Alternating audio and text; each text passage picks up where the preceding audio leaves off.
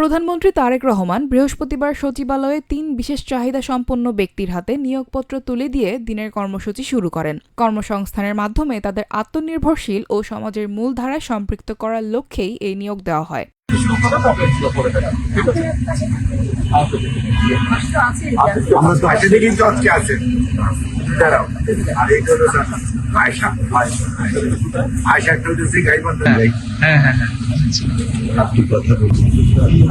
আপনাদের জন্য একটা অ্যাপয়েন্টমেন্ট অর্ডার দিচ্ছি স্যার, টিচার হিসাবে কমিউনিটি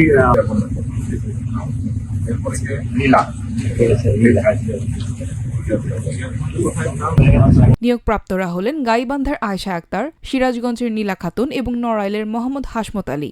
আয়েশা ও নীলা দুজনই হাতছাড়া জন্ম নিয়েও পা দিয়ে লিখে স্নাতকোত্তর সম্পন্ন করেছেন। আয়েশাকে ক্লাস সুপারভাইজার, নীলাকে শিক্ষক এবং দৃষ্টি প্রতিবন্ধী হাসমত আলীকে ইউনিয়ন সমাজকর্মী পদে নিয়োগ দেওয়া হয়েছে।